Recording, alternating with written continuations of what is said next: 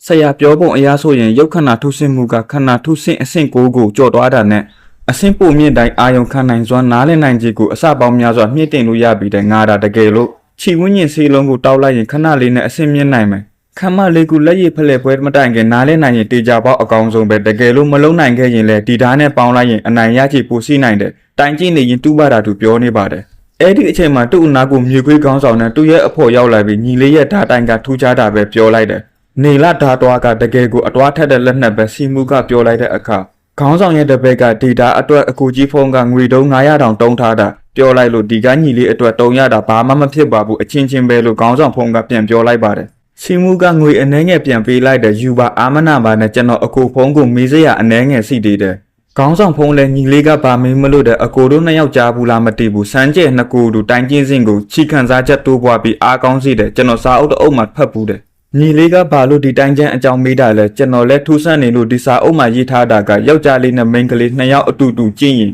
အကောင်းဆုံးပဲတဲ့ဒါမှမဟုတ်အဲ့ဒီတိုင်းကျန်းကအောက်လန်တိုင်းကျန်းတာစီမှုကအစ်နှစ်ယောက်ကိုမေးလိုက်တယ်တိုင်းကျန်းကတော့အထက်လန်တိုင်းပဲညီလေးကောင်းမလေးရရင်အလိုလိုတေးလာလိုက်မယ်စီမှုကတိုင်းတာကျွမ်းတာဒီလိုကိစ္စတွေကဥကြုံကြောင်နဲ့မမရဲ့မောင်လေးအတိုင်းပဲစီမှုလည်းနှုတ်ဆက်ပြီးထွက်လာခဲ့တယ်စီမှုတယောက်ဝါတော်ထဲမှာဆွေမြင်ကြွက်ဝါကိုလက်စားမှာထောင်ချောက်ဆင်ပြီးဖမ်းဖို့စောင့်နေပါတယ်ဒီအနားမှာတဲလွန်စားမစင်တွေစိတ်နေသေးတယ်တူကြိုက်မဲ့အစာတွေနဲ့ပါမြားထားသေးတယ်ဘာလို့အခုထိမလာသေးတာလဲတူတွေးနေတဲ့အချိန်ဆွေမြင်ကြွက်ထောင်ချောက်ဆင်ထားတဲ့အနားကိုရောက်တော့အောက်တို့ပြုတ်ကျသွားခဲ့တယ်ဒါပေမဲ့ထောင်ချောက်တကားမပိတ်ခင်ခုန်ထွက်နိုင်ခဲ့တယ်စီမှုထောင်ချောက်တွေတစ်ခုပြီးတစ်ခုဆင်ထားတာတော့မိကန်ဒီတီလေးလွတ်သွားခဲ့တယ်ဒါပေမဲ့ကြွက်ထပ်ပြေးမဲ့လမ်းမှာကြွက်ကကော်နဲ့ထိမှပြေးမရတော့ပဲရက်တက်သွားတယ်အစကတည်းကကော်နဲ့ထောင်ထားရင်အခုလိုအလုတ်ဆုံးမှာမဟုတ်ဘူးများလိုက်တဲ့ထောင်ချောက်တွေမိတော့ကော်နေတဲ့စီမှုကြွက်အနာသွားမဲ့အချိန်တုခါကြကပလဲလုံးအလင်းရောင်ထွက်လာလို့သူ့ကိုတိုက်ခိုက်လာတဲ့ဓာတ်ချက်ကိုဆောင်းနိုင်ခဲ့တယ်။ရောက်လာသူမှစီမှုရဲ့မွေစာမိသားစုကိုတက်ပြတ်ခဲ့တဲ့မျက်နှာဖုံးတဲ့လူပဲဖြစ်ပါတယ်။စီမှုကထိုမျက်နှာဖုံးတဲ့လူကိုမြင်သွားပြီး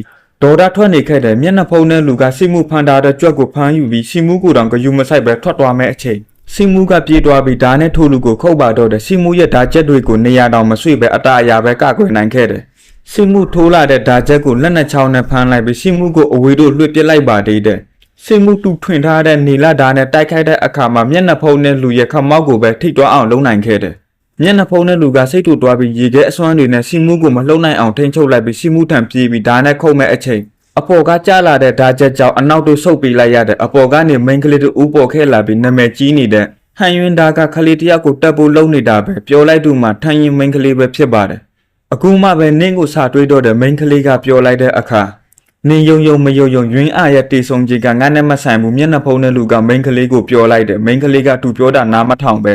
စပြီးတိုက်ခိုက်ခဲ့တယ်သူတို့ကြားမှာဘာရန်ညိုးတွေစီထားဘူးလည်းမသိဘူးသူတို့နှစ်ယောက်လေးပေါ်မှာတိုက်ခိုက်နေရင်မိန်းကလေးရဲ့လက်ဝါးချက်ထိပြီးမျက်နှာဖုံးတဲ့လူအောက်တို့ကျလာခဲ့တယ်ဘလို့ပဲတိုက်ခိုက်ပါစေမိန်းကလေးကိုသူမတိုက်ခိုက်နိုင်ခဲ့ဘူးတိုက်ခိုက်နေရင်ခဏကသူဖန်ထားတဲ့ကြွက်ဟာသူ့ရဲ့ရင်ဘက်ကနေလွန့်ထွက်သွားခဲ့တယ်သူထွက်ပြေးဖို့ရှိမှုကိုဖန်ပြီးမိန်းကလေးထံပြစ်လိုက်တယ်မိန်းကလေးကလက်နဲ့စီမှုကိုထိန်ပေးလိုက်လို့စီမှုတက်တာသွားတယ်အောက်မှာကျနေတဲ့ဆွေမြင်ကြွက်ကိုမိန်းကလေးကကောက်ယူလိုက်ပြီးတာနဲ့ထွက်သွားမဲ့အချိန်ခဏနေပါအောင်စီမှုကတားလိုက်ပါတယ်ဒီကြွက်ကနင်ဖန်ထားလို့ငါစီကအခကြေးငွေတန်ဖိုးယူမလို့လားမိန်းကလေးကမေးလိုက်တဲ့အခါမဟုတ်ဘူးကျွန်တော်အတက်ကိုကဲတင်ပေးထားလို့ကြွက်ကိုယူသွားလို့ရပါတယ်ကျွန်တော်နဲ့မိန်းကလေးကရန်သူကအတူတူပဲကျွန်တော်ဒီနှစ်ထဲမှာစူးစမ်းပြီးတိုင်ကျင်းနေတာမိန်းကလေးကတိုင်ပညာအဆင့်မြင့်တယ်ဒါကြောင့်မိန်းကလေးနဲ့ကျွန်တော်စမ်းကျက်နှစ်ကိုတူကျင်းစင်ကိုအတူတူကျင်းကျင်တယ်လို့ရှိမှုကပြောလိုက်တယ်အတင့်ရဲလိုက်တာတိုင်တပဲအဆင့်ပဲရှိသေးတဲ့နေငါများငါ့ကိုလက်ထွက်ခွင့်တောင်းရဲသေးတယ်ပြီးတော့ငါတို့ထင်းရင်ခိုင်းကနှစ်တရာထဲမှာတူတော်စင်ငါတယောက်ပဲရှိသေးတယ်ငါတက်တက်လုံးလက်မထက်ဘူးလို့ကြိမ်ဆိုထားတယ်မိန်းကလေးကကြွက်ကိုအတုံးပြုစရာရှိသေးလို့ကြွက်အတွက်တန်ကျေးဆိုပြီးချီမှုကိုအိတ်တလုံးပြစ်ပေးလိုက်ပြီးထွက်သွားမဲ့အချိန်ကျွန်တော်ကအခုတိုင်ပညာအဆင့်နှိပ်သေးတယ်တိုင်ပညာအဆင့်မြင့်လာတဲ့အခါမိန်းကလေးကိုလက်ဆာမယ်လို့ရှိမှုကထွက်သွားမဲ့မိန်းကလေးကိုအော်ပြောလိုက်ပါတယ်ရှိမှုတယောက်အိမ်ထဲမှာမိန်းကလေးပေးသွားတဲ့အိတ်ထဲကနေချီဝင်းညင်ဆေးလုံးထည့်ထားတဲ့ပလင်းနဲ့တန်ဖိုးကြီးဆေးပင်းတွေအများကြီးတွေးလို့ဝမ်းတာနေပါတယ်ထို့အချိန်မှာတကားခောက်ပြီးသူ့ညီမဝင်လာခဲ့တဲ့အကိုနဲ့ညီမမင်္ဂလာဆောင်တစ်ခုကိုတူတူတွားရမယ်လို့အမေကလာပြောခိုင်းတယ်မင်္ဂလာဆောင်ကဝူမိသားစုမဟုတ်လားသူ့ညီမကိုမိန်လိုက်တဲ့အခါအကိုကဘလို့တိတ်တာလဲဝူမိသားစုနဲ့လက်ထပ်မဲ့မိန်းကလေးကျုံကတောထဲမှာဒုက္ခရောက်နေတာအကူပဲဝူအိမ်ကိုပြန်ပို့ပေးခဲ့တဲ့ကျုံမိန်းကလေးနဲ့ဝူဟာနဲ့ကငငယ်ကလေးကဆစ်ဆက်ထားပြီးတာမင်္ဂလာဆောင်အတွက်လက်ဆောင်အကူအတွက်ပါတွားဝယ်ပေးဖို့သူညမကိုပတ်စံထုတ်ပေးလိုက်ပါတယ်စိမှုညီမလက်ဆောင်လာဝယ်တဲ့လမ်းမှာဝူအိမ်ကအိမ်စီအတိတယောက်နဲ့လမ်းမှာဆုံခဲ့တယ် ဝူမိသားစုရဲ့မင်္ဂလာဆောင်မဲ့အကြောင်းကိုစကားပြောနေရင်ကျုံမင်းကလေးနဲ့မင်္ဂလာဆောင်ပေးမှာဝူဟာတခင်လေးမဟုတ်ပဲတခြားတစ်ယောက်ဖြစ်နေလို့အံ့ဩနေတယ်ဒါကြောင့်သူ့အမေကမင်္ဂလာဆောင်မတွားပဲတူနဲ့သူ့အကိုကိုတွားခိုင်းတာအခုမှအကြောင်းဆုံးတိတ်တွားခဲ့တယ်အခုကိစ္စကိုသူ့အကိုကိုတွားပြောဖို့လက်ဆောင်တော်မဝယ်တော့ပဲအိမ်ကိုပြန်လာခဲ့တယ်